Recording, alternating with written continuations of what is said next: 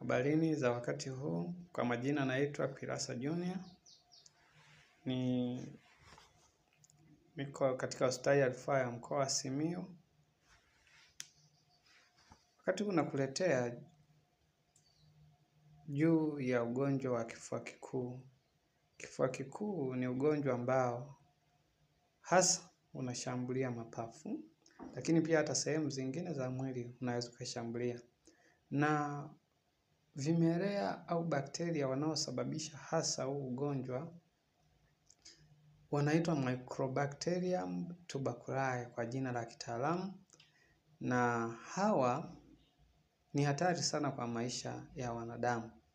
Lakini pamoja na hivyo, ili waondoke kwa mtu mwingine mwenye hao wadudu kwenda kwa mwingine, kuna njia ambazo huwa zinafanya ili uambukizwe.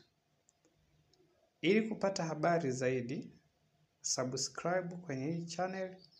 Nitakuwa nakuletea na kukujuza juu ya kuepukana na kujikinga na kuchukua tahadhari, ili kwamba usiweze kuingia katika changamoto ya kifua kikuu, na hata ukiingia ujue ni kwa namna gani unaweza kujiepusha na kuikinga jamii, wewe pamoja na hata familia yako.